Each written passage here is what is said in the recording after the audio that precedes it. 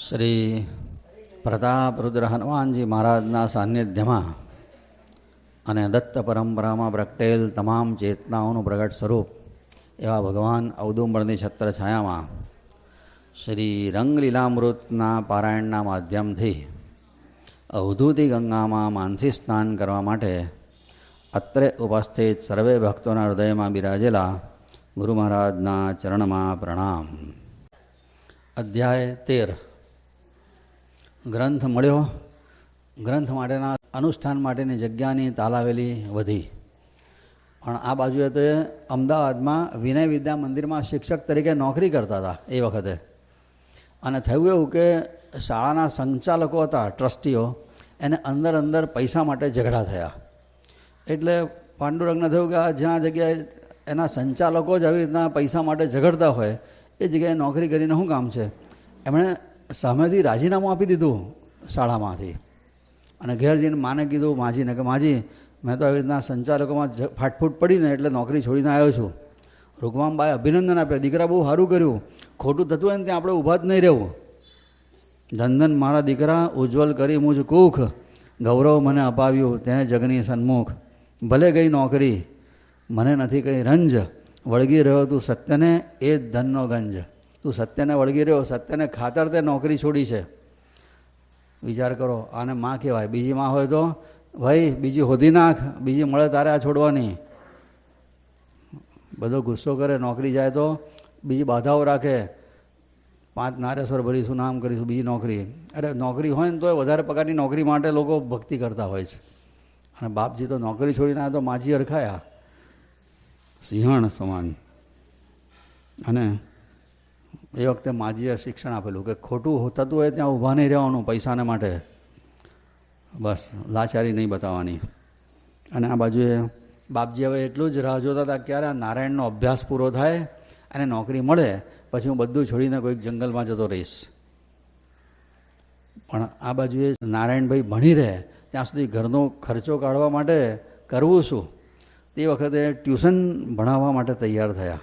અમદાવાદમાં એ વખતે અંબાલાલ સારાભાઈ ત્યાં રહેતા હતા અમદાવાદમાં. અને એમના દીકરી હતા, એમનું નામ હતું અનસુયાબેન. એમને સંસ્કૃત શીખવાનું મન થયું હતું. એટલે એમને એ વખતે અમદાવાદમાંથી એક જ નામ સંભળાય, પીવી વળામે. અને એમણે વળામે સાહેબને ઘેર બોલાયા.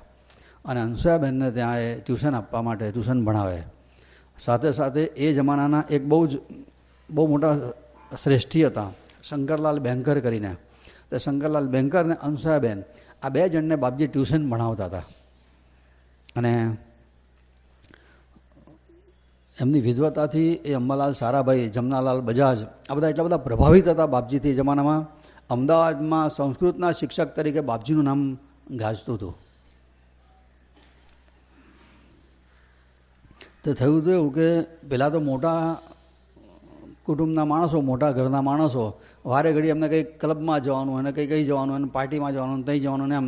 તે પેલા લોકો જેને ભણાવવાનું છે વિદ્યાર્થી જ ત્યાં ના હોય, કંઈક પાર્ટીમાં ગયા હોય ને કશેક ગયા હોય. વળામે તો ટાઈમસર ત્યાં જાય, પેલા ના હોય તો બેસી રહે. અને પછી ટાઈમ પૂરો થાય ત્યારે જાય. મહિનો પૂરો થયો એટલે પેલા લોકોએ પૂરા મહિનાના ટ્યુશનના ફીના પૈસા આપવા માંડ્યા. એટલે વળામાએ કીધું, મેં 30માંથી 20 દિવસ ભણાવ્યું છે, 20 દિવસના પૈસા લઈશ, 10 દિવસના પૈસા નહીં લઉં. તો પેલા સરલાબેન કે, અરે તમે તો 30 દિવસ આવ્યા જ છો, અમે ઘરમાં ના આવીએ એમ તમે શું કર્યું, માટે તમારે પૂરા પૈસા લેવા પડશે. વળામે કે ના, મેં ભણાવ્યું નથી, એટલા દિવસના પૈસા હું લઉં નહીં. વિચાર કરો, સરલાબેન કહે છે કે તમારે પૂરા મહિનાના પૈસા, અનસુયાબેન તમારે પૂરા મહિનાના પૈસા લેવાના. તમે તો રોજ આવ્યા જ છો, અમે ઘરમાં ના આવીએ એમાં તમે શું કરો. તમે તો ટ્યુશનનો પૂરો સમય ઘરમાં બેસતા હતા, ના લીધા પૈસા એમણે. અનસુયાબેન કે આ તો મને દુઃખ થાય, અમારી ભૂલના લીધે તમે શું કરવા નુકસાન વેઠો. ત્યારે બાપજી કીધું, જો તમારે આવતા મહિને મને પૂરા મહિનાના પૈસા આપવા હોય આવતા મહિનાથી, તો જે દિવસે તમે અહીંયા ઘરમાં રહેવાના ના હોય એ દિવસે મને બીજું કામ સોંપીને જાઓ. હું કામ કરીશ તો જ પૈસા લઈશ, વગર મહેનતના પૈસા મારી બુદ્ધિ ભ્રષ્ટ કરે. આ આપણે શીખવાનું છે આમાંથી. છોકરાઓને આવું શિક્ષણ આપજો કે વગર મહેનતનો પૈસો પણ ઘરમાં રૂપિયો ના લાવે, નહીં તો વિચારો બગડે છે એનાથી. એ બાપજીના આટલા ઉચ્ચ કક્ષાના વિચારો જે જીવન દરમિયાન જોવા મળે એના મૂળમાં આ સંયમ હતો. अनीति से धन होत है वर्ष 5 के 7, तुलसी 12 वर्ष में जड़ामूल से जात. 12 મહિનામાં એ પૈસો હરામનો છે ને ઘરના મહેનતના પૈસાને હવ લઈને જાય. બીજું કંઈ કામ સોંપો. તે વખતે એમણે ભગવાનદાસ સ્મારક માળા, ગ્રંથમાળા, એટલે લોકો છે ને મોટા ઘરના માણસો પોતાના તરફથી અમુક પુસ્તકો બહાર પાડતા હતા. તો એ પુસ્તકોનું કામ આ બાપજીને સોંપ્યું. એટલે શું કરે કે પુસ્તકો ઇંગ્લિશમાં હોય, ફોરેન ઓથરના, ટોલ્સ્ટોયના ધારો કે પુસ્તકો બધા રશિયન ભાષામાં હોય, ઇંગ્લિશમાં હોય, બાપજીનું ગુજરાતીકરણ કરે, એ પુસ્તક તૈયાર કરીને છાપીને બહાર પાડવાનું આ કામ એમને સોંપ્યું. બાપજીને આ કામ ગમી ગયું અને એ વખતે એમણે એ સારાભાઈને ત્યાં રહીને ટોલ્સ્ટોય અને શિક્ષણ, what shall we do then, આવા બધા ધમ્મપદ, એવા બધા જાત જાતના પુસ્તકોના આવી રીતના ગુજરાતીકરણ કર્યા અને બાપજીના નજર હેઠળ છપાયા હતા.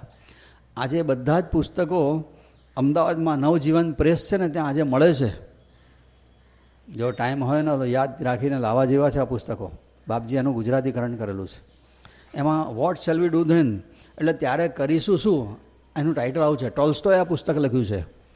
આ પુસ્તક વાંચ્યા પછી માણસને સંસાર ઉપર વૈરાગ આવી જ જાય એવું પુસ્તક છે.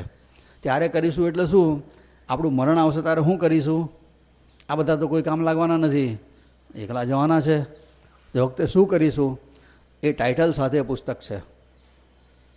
વૈરાગ જાગૃત કરે એવું. પછીથી તો એમણે ભર્તૃહરિના શતકો, એના ઉપર એનું ગુજરાતીકરણ કરેલું, સમશ્લોકી કરીને, એ પણ છપાયું હતું. ભર્તૃહરિના 3 શતક છે. 3 શતક એટલે 3 અને બીજું કંઈક છે, આવી રીતના 3 શતકો છે. બાપજીનું ગુજરાતીકરણ કરેલું. એકવાર આવી રીતના એ ટ્યુશન ભણવા માટે બેઠા હશે. એ વખતે શંકરલાલ બેન્કર ત્યાં આગળ બેઠેલા.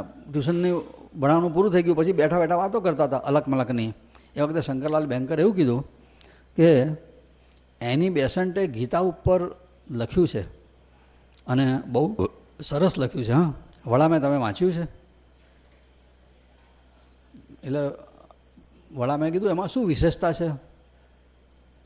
એની બેસન્ટ એટલે અંગ્રેજ લેડી હતી, અંગ્રેજોનું રાજ હતું ને તે વખતની આ વાત, આઝાદી પહેલાંની. તો એમાં શું વિશેષતા તમે જોઈ? કારણ કે એનું ઇંગ્લિશ બહુ સરસ છે. અંગ્રેજોનું ઇંગ્લિશ તો સારું જ હોય ને, એનું ઇંગ્લિશ બહુ સારું છે. એટલે વડામાએ કીધું એનું ઇંગ્લિશ સારું છે એનો અર્થ એવો નહીં કે એણે ગીતાના અર્થ બરાબર સમજ્યા છે, ગીતાના શ્લોક બરાબર સમજ્યા છે. સંસ્કૃત બરાબર જે જાણતા હોય એનું રહસ્ય જેટલું સમજે એટલા પરદેશના લોકો શું સમજી શકે? સંસ્કૃત તો આપણી ભાષા છે, એ અંગ્રેજો એ ભાષાને શું સમજે? લાવો છતાંય જોઈએ તો ખરા. તે બેન્કરે એમનું એની બેસન્ટની ગીતા એમના હાથમાં આપી.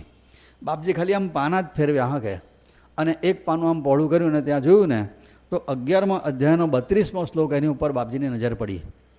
એ શ્લોક એવો છે, કાલોસ્મિ લોક ક્ષયકૃત પ્રવૃદ્ધો લોકાન સમાહર્તુમિહ પ્રવૃત્ત ઋતે પીત્વામ ન ભવિષ્યંતિ સર્વે એવ સ્થિતા પ્રત્યનિકેષુ યોધઃ.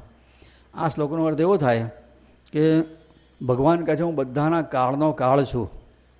આ મહાભારતના યુદ્ધ વખતે કુરુક્ષેત્રના મેદાનમાં ભગવાન આ શ્લોક બોલ્યા છે, શ્રી કૃષ્ણ ભગવાન. હું બધા લોકોનો ક્ષય કરનારો રૂઠેલો મહાકાળ છું અને લોકોનો સંહાર કર્યા સિવાય કરવાની પ્રવૃત્તિમાં હું લાગેલો છું. આ બધાનો સંહાર કરવા માટે તૈયાર થયો છું. યુદ્ધના આરંભમાં બોલ્યા છે ભગવાન. માટે તું નહીં લડે ને તો પણ આ મરવાના છે, તું નહીં લડે તો પણ આ મરવાના જ છે. ત્યારે એની બેસન્ટે એવો અર્થ કરેલો કે તું લડીશ ને તો આ બધા મરશે. બાપજી કીધું જુઓ આ એની બેસન્ટ અહીંયા થાપ ખાઈ ગયા.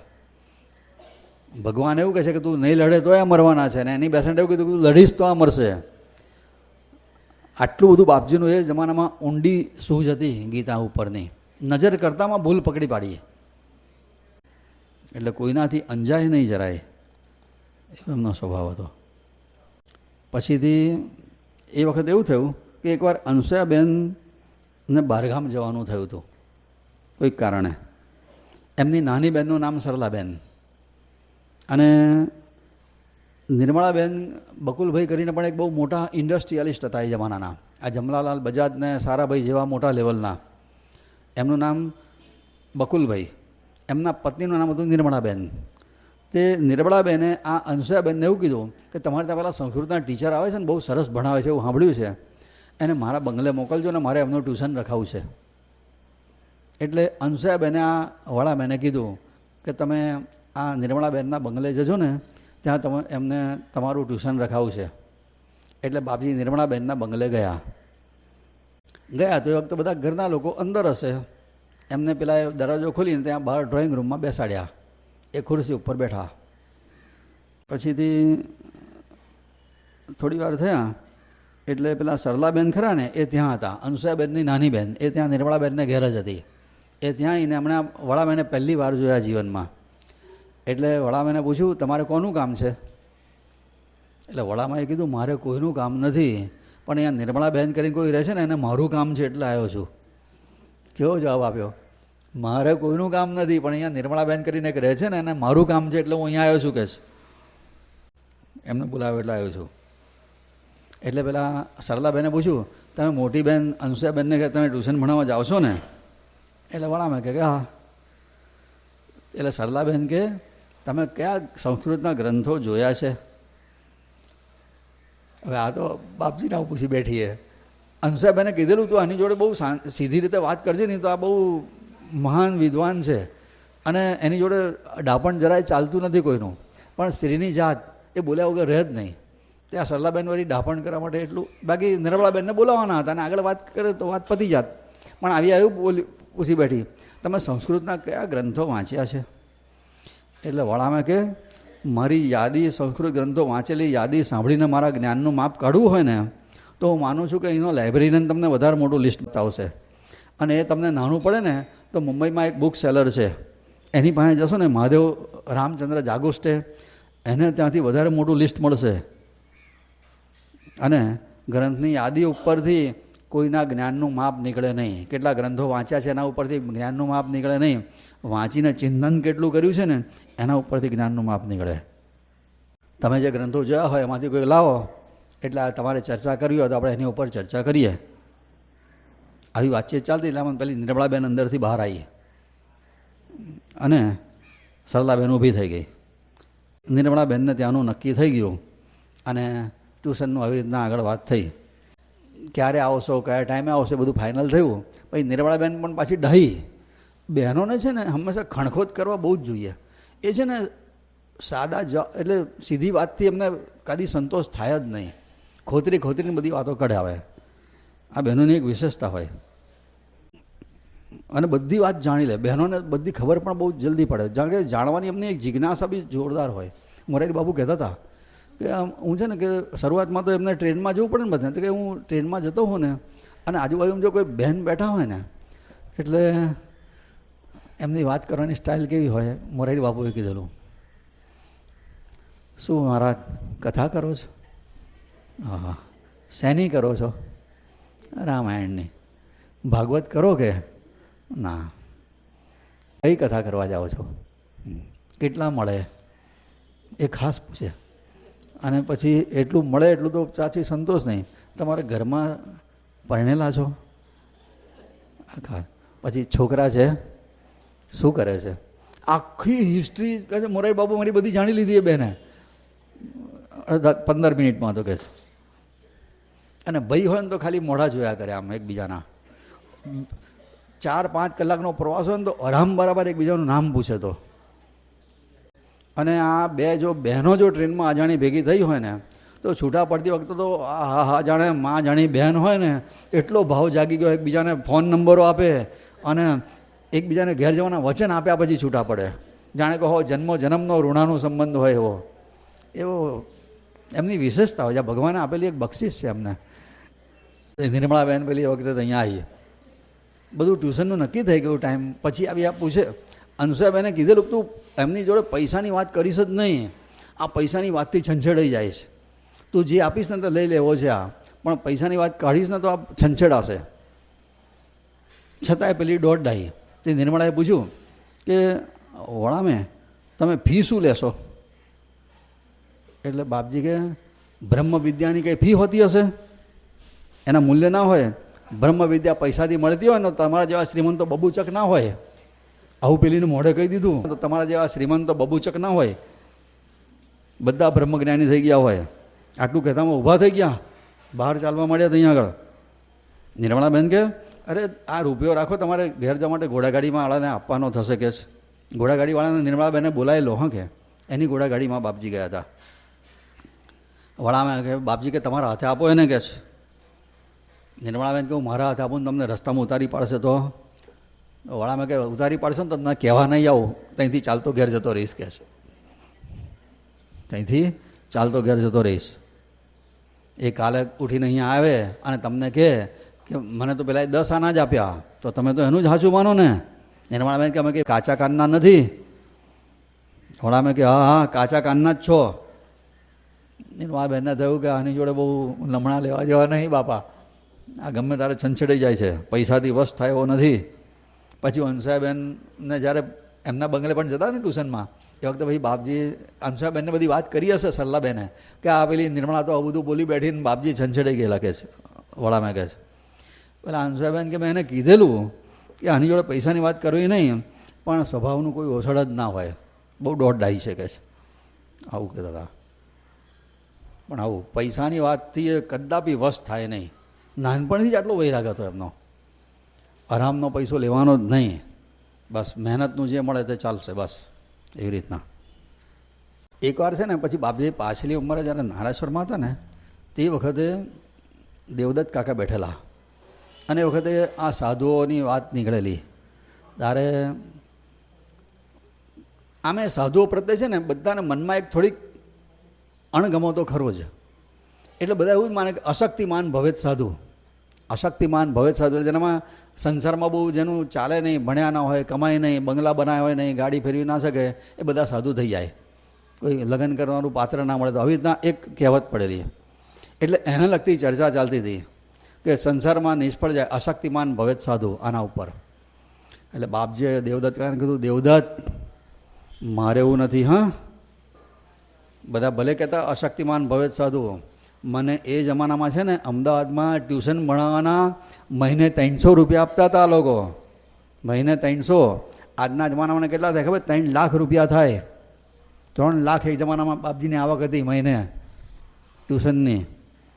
અશક્તિમાન ભવેત સાધુ બધાને લાગુ પડતું નથી. કેટલાક ખરા પૂર્વજન્મના પુણ્યશાળી હોય ને એ પણ સાધુ થાય છે. અને એવા સાચા સાધુ આ દેશમાં છે ને, એટલે સાધુ સમાજ પ્રત્યે સમાજને કંઈક આજે પણ આદર છે.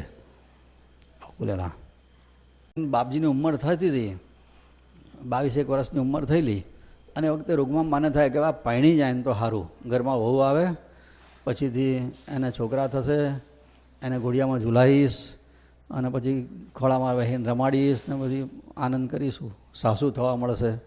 આ બધા મનોરથ એમને થાય ને.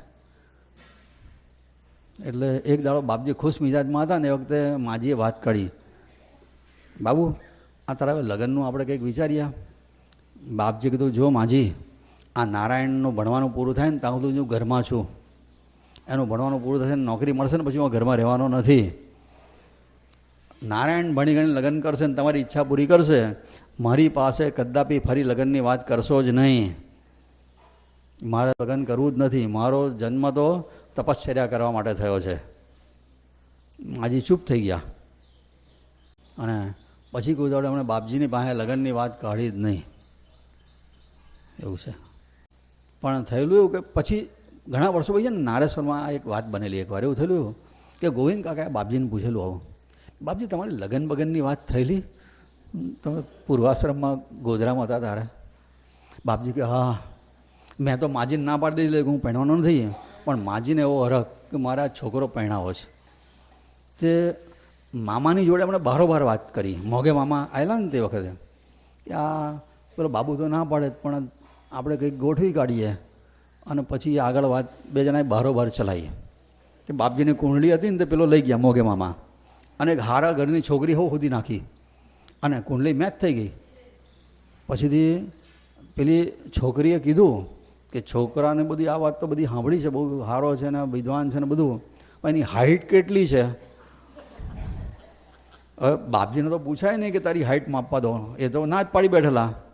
એટલે એ લોકોએ મોઘામાં યુક્તિ કરી કે બાપજી એકવાર ઘરમાં દિવાલ પાસે ઊભા હશે ને તો ધ્યાન રાખ્યું કે આટલે સુધી એનું માથું આવે છે, પછી બાપજી નહોતા ને તો દોરી વડે આમ માપ્યું, આમ જમીનથી આમ ઉપર સુધી નહીં. આ બાપજીએ બધી વાત કરેલી હા, કે દોરી આમ જમીન એક છેડો જમીનને અને બીજું પેલી જ્યાં સુધી એમનું માથું રહ્યું છે ને, બાપજી ગયા પછી એ દોરી લીધી અને મોગે મામા દોરી લઈને ગયા.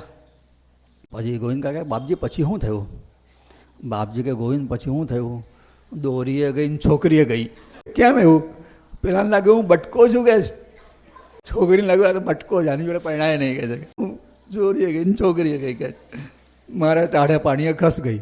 ત્યાર પછી મામાએ કોઈ દાડો પ્રયત્ન કર્યો જ નહીં કહે છે. પછી એ અરસામાં માજી છે ને એમનું ભવિષ્ય જાણવાની એ માને તો ઇંતજારી હોય, એટલે કે આ પૈણસે નહીં તો શું કરશે. તો એક દાડો એમના ઘરમાંથી કોઈ જ્યોતિષી જતો છે ને એને બોલાવ્યો, આય ભાઈ અહીંયા, અને બેહાડ્યો અને બાપજીની કુંડળી બતાવી કે આનું જરાક જોને આનું કેવું છે ભવિષ્યનું બધું કહે છે. જ્યોતિષ એ જમાનાને જ્યોતિષીઓ સ્લેટ પેન રાખે, હા, કે બધી ગણતરી કરે ને પટપટ આમ પેન રાખે અને પેન સ્લેટ પર લખે ને તો આમ અવાજ આવે, આમ ટપ ટપ ટપ ટપ અવાજ આવે, ખબર છે? આવું લખતા હતા ને પહેલાં એવી રીતના. એ સ્લેટ પેન લઈને બેઠેલો ગણતરી કરતો જાય. બાપજી અંદરના રૂમમાં હોતા હોતા બધું આ નાટક જુએ. હા, કે પેલો છે ને આમ ચશ્મા કાઢે, પાછા આમ પહેરે, પછી આમ આંખો આમ પહોળી કરે, ઝીણી કરે, આમ બધું નાટક કરવું પડે. યજમાનને છે ને દક્ષિણા કઢાવી સહેલી નથી, અને આ તો જ્યોતિષના આધારે કઢાવવાનું, એટલે આમ બધું નાટક કરતો હતો. હા, કે આમ આવું બધું નાટક કરવું પડે તારે યજમાન પ્રભાવિત થાય અને માજીનો આમ ધક ધક થાય. હા, શું કહેશે શું કહેશે, આમ પેલો આમ થોડા આંકડા પાડે, પછી પાછો આમ વિચાર કરે, પછી પાછું આમ આવું બધું કરતો જાય અને માજીના અંતરમાં તો કંઈ થાય. બાપજી બધું નાટક જોયા કરતા કે મારી માને આ બોળવે છે. એટલે થોડી વાર થઈને નાટક વધારે ચલાવ્યું ને પેલા, એટલે બાપજી ઊભા થયા, બાયણામાંથી દંડો લીધો, બહાર આવ્યા અને કીધું મહારાજ હવે મારી કુંડળી બાજુ મૂકો, તમારી કુંડળી મૂકો, આ દંડો તમારા માથા પર પડશે કે બેડા પર પડશે? અને પેલો તો એવો ગભરાઈ ગયો, મારા બાપરે આ મારા મારશે. પેલું ટીપણું નાખ્યું જોડીમાં, સ્લેટ પેન્ટ જોડીમાં નાખીને ચશ્મા પહેરીને રફુ ચક્કર થઈ ગયો, અહીંયા આગળથી ભાગી ગયો હડુડું કરતો. માજી કે બાબુ ત્યાં શું કર્યું? આ બચારાને આવી રીતના ભગાડી મુકાતો હશે કે? હું એને બોલાયેલો ઘરમાં કહે, એ નિર્દોષ બ્રાહ્મણ કહે છે કે આવો દંડા વડે ધમકાવતો હશે કે માજી તમે બહુ ભોળા છો, ખબર નહીં પડતી. આ ખબર નહીં પડતી એ બધું નાટક કરતો હતો. અહીંયા કહે છે કે એ ઢોંગી હતો, સાચો હોય ને તો ભાગી ના જાત, ખોટો હતો એટલે ભાગી ગયો છે કે છે કે. માજી કે પણ મને તારા લગ્નની ચિંતા ના થાય કે છે. બાપજી કીધું જો માજી, મારું મન સંસારમાં ચોંટ્યું નથી અને ચોંટવાનું નથી. તમને એકવાર મેં કીધું ને કે નારાયણ એ નોકરી લાગે ત્યાં સુધી જ ઘરમાં રહેવાનો છું, પછી હું ઘરમાં રહેવાનો જ નથી. અને માજી તમને કહી દઉં, ભવિષ્ય જાણવા માટે કદાપી પ્રયત્ન કરવો નહીં. આપણે ભવિષ્ય જાણતા નથી ને એટલે જ અત્યારે શાંતિથી અહીં બેઠા છીએ. જો ભવિષ્ય સારું હોય તો માણસ આળસુ થાય, પ્રમાદી થાય, અને ભવિષ્ય ખરાબ હોય તો માણસ ચિંતામાં આવે. બંને બાજુ નુકસાન છે. જે થવાનું છે તો થવાનું જ છે. ભવિષ્ય જાણવાથી કોઈ વિશેષ લાભ થતો જ નથી.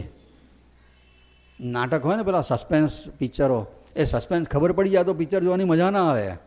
એવું જીવનમાં પણ ભગવાન એટલે સસ્પેન્સ, કે જેથી લોકોને જીવવામાં રસ પડે. બાકી બધી ખબર પડી જ જાય ભવિષ્યની તો કોઈ મહેનત કરે જ નહીં. એટલે જે છે તો બધું બહુ સારું છે. મહાભારતના કથા આવે છે, સહદેવ ત્રિકાળ જ્ઞાની હતો, એમને બધી ખબર પડી જતી હતી. એમને ખબર પડેલી કે હવે ધૃતરાષ્ટ્ર જુગાર રમવા માટે આમંત્રણ આપવા દૂતને મોકલશે. મારા મોટા ભાઈ બીજા ત્રણે ભાઈઓને પૂછશે પણ મને જ નહીં પૂછે. ત્યાં રમવા જશે, જુગારમાં શકુની કપટ કરશે, જુગારમાં ઇન્દ્રપ્રસ્થ જશે, દ્રૌપદીનું વસ્ત્રાહરણ થશે, જંગલમાં રખડતા થઈ જઈશું. આ બધું સહદેવને દેખાતું હતું. આમંત્રણ આવ્યું ને પહેલાં તે લખ્યું છે એ વખતે સહદેવ પોતે ભવિષ્યનું દુઃખ ભૂલવા માટે શરાબ પીને સૂવું પડતું હતું એને, આવું લખ્યું છે. એટલે ભવિષ્ય નથી જાણતા એ બધું બહુ સારું છે. નહીં તો એ ભવિષ્ય જાણ્યા પછીથી નુકસાન જ થાય ને. ખબર પડે કે ભાઈ આપણે 2026માં સ્કૂટર સ્લીપ થશે અને હાડકું ભાગશે તો આપણે અત્યારથી સ્કૂટર ચલાવવાનું બંધ કરી દઈએ. હા, બીતા ચાલીએ, આમ જરૂર ના હોય તો લાકડી હું લઈ આવીએ પાછી ચાલવા માટેની, એવું થઈ જાય. એ માટે ભવિષ્ય નથી જાણતા તે બહુ સારું છે. એ થોડી વાત છે અધ્યાયમાં. અવધૂત ચિંતન શ્રી ગુરુદેવ દત્ત.